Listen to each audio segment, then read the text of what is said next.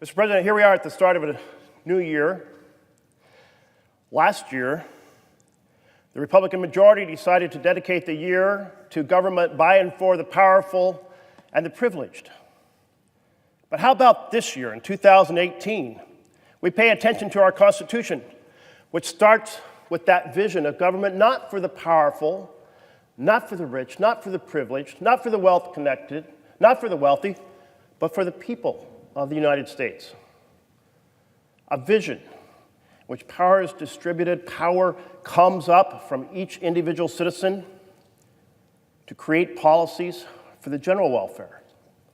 Now, last year we saw this complete dedication to trying to wipe out health care for 20 million to 30 million Americans in order to provide tax benefits for the richest. And how big were those tax benefits? Well, if you add up the provisions that are dedicated to the powerful corporations and those benefits for the wealthiest 10%, and most of that goes to the wealthiest 1%, those provisions stack up to over $2 trillion. $2 trillion. Well, it's very hard to get your hands around $2 trillion. Well, not numbers we use in ordinary conversation, but let's take that down to the amount of money per man, woman, and child per citizen in America. Well, that's about $6,000. $6,000 taken from the community funds for every man, woman, and child in America to deliver to the wealthiest Americans. That was government by the Republican majority in 2017, not we the people, but we the powerful and we the privileged. How about we have a New Year's resolution to pay attention to the vision of our Constitution, to that vision of government of, by, and for the people. Now, Ben Franklin once wrote in Poor Richard's Almanac, "Be at war with your vices, at peace with your neighbors, and let every new year find you a better man." Every new year, a chance to recreate and re-envision where we are headed. And certainly, it is a big vice to use this chamber in contravention of our Constitution to pursue policies for the powerful and privileged rather than for the people. So let's set that vice aside.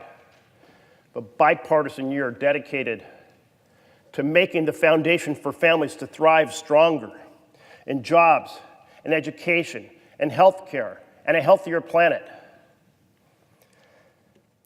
And right now, we should have an immediate New Year's checklist of things to get done. And that checklist starts with the budget. We have just 9 days until funding runs out for the federal government. And we all know from experience what that means. Parks shut down, and medical research stops, and passports don't get processed, and businesses can't check in on their I-9 applications for employees. That's the type of conduct that happens in banana republics, basically in countries that don't have a competent system of governance.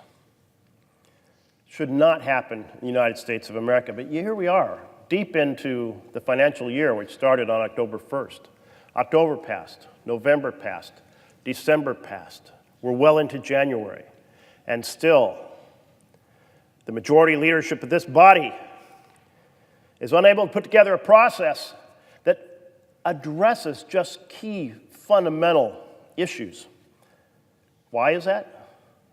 Because they were so distracted by delivering trillions of dollars to the richest Americans and trying to destroy health care for millions of Americans that they didn't tend to the fundamentals that need to be tended to. So let's take care of those things now. The Children's Health Insurance Program. Here we are, it expired on September 30th of last year. 9 million children across America depend on this insurance. This insurance was crafted in bipartisanship. It was forged in an agreement between Senator Hatch, Republican, Senator Kennedy, a Democrat, who had very different visions of America, but who could agree that families who didn't qualify for Medicaid, but weren't affluent enough to buy insurance for their children, should still have insurance for their children. These are the working poor of America, the struggling workers of America. It was forged in bipartisanship, but this year, my Republican colleagues decided to make these children a bargaining chip for their effort to get more for the privileged and the powerful. That has to end. When children do not have insurance, they don't get that dental visit to take care of those cavities. They don't get that medical exam. They don't get those inoculations, those vaccinations. They don't get treatment when they are injured because their parents can't afford to take them to the doctor. They don't get treatment when they're sick for the same reason. Let's take care of children's health care. This is not a partisan issue. It was forged in bipartisanship, and it should be so today. Also expiring on September 30th of last year was the legislation authorizing support for our community health clinics. Now, community health clinics are the front door to health care for millions of Americans. It's that friendly place in your rural community, your urban neighborhood. You can go through the front door and get assistance. Talking about millions of Americans who go through those front doors. More than 1,400 clinics across the country. These are popular in rural areas. They're popular in urban areas. They're popular in red states. They're popular in blue states. Nothing partisan about it. But the leadership of this body has seen no interest, no urgency in reauthorizing the ability for those health centers to stay open. In Oregon, we saw, as a result of the Affordable Care Act, 30 more health clinics established. We saw a lot more resources go into both mental illness and into drug abuse during a period in which the opioid crisis joined the meth crisis in afflicting both rural and urban areas. Lots of folks come to this floor and say, we've got to take on opioids. Not just on the left-hand side of the aisle, but on the right-hand side of the aisle. People base virtually entire campaigns on taking on opioids. And yet the Republican leadership says this isn't important. Well, let me tell you, it is important, and we need to get it done.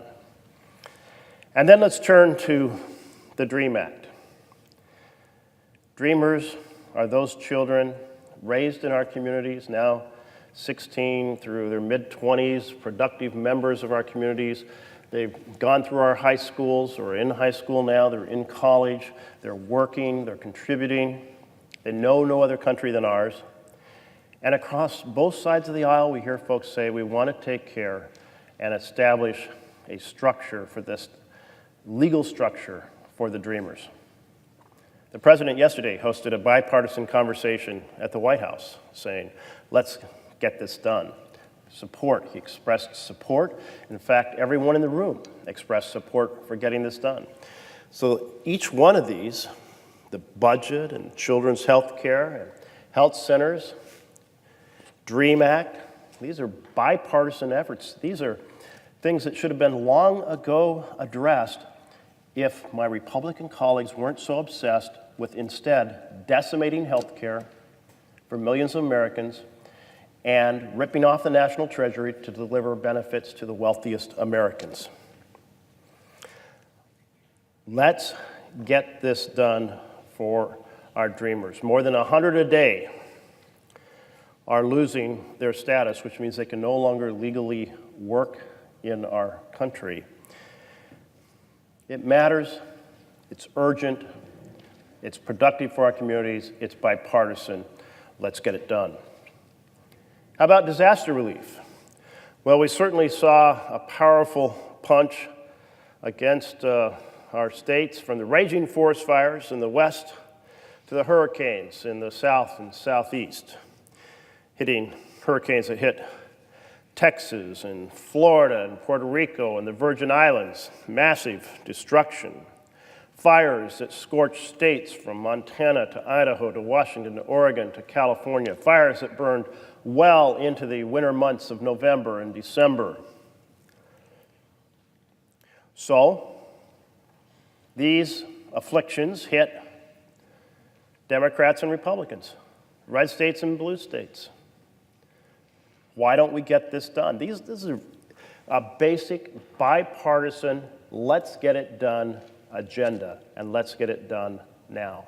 And let's make sure when we're addressing the impact of those storms in the South, those hurricanes, Harvey and Irma and Maria, we simultaneously recognize the destructive impact the forest fires have had that have been scorching the West. They've destroyed a lot of the infrastructure in the forests. That needs to be replaced. They've affected a lot of communities that need economic help recovering.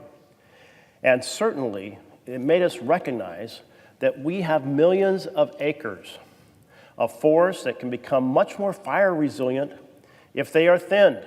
And we get rid of the fuel buildup on the floor of the forest. And when they become more resilient, they stop these forest fires. Now, thinning is a win-win. It proceeds to get a steady supply of saw logs to the mill and stop forest fires when they're raging. There was a forest fire headed right for Sisters, Oregon, and it hit an area that had been thinned. And guess what? It stopped. The trees were further apart. The fuels were removed from the floor of the forest. Now, we've created a real fire hazard with our clear-cut strategy of years past. The forestry grows very close together, often replanted. Trees of all the same height. It's very easy for the fire to get into the canopy, and once in the canopy, every tree is touching the next tree, and it rages on, and there's no break. But a natural forest is very different, and we can more replicate the fire-resistant nature of a natural forest by thinning these overgrown second-growth forests. Create that supply of saw logs, keep our mills open, keep our people working, strengthen our economies in rural America, and we can do it by funding this reduction, these thinning programs, in acreage that has already gone through the environmental process. In Oregon, you have 1.6 million acres already approved for thinning, if we can pass the funds to get it done. So let's take this on in 2018. Let's dedicate 2018 to that vision in our Constitution of we, the people. Let's stop passing legislation targeted specifically to help out the richest at the expense of everyone else in America.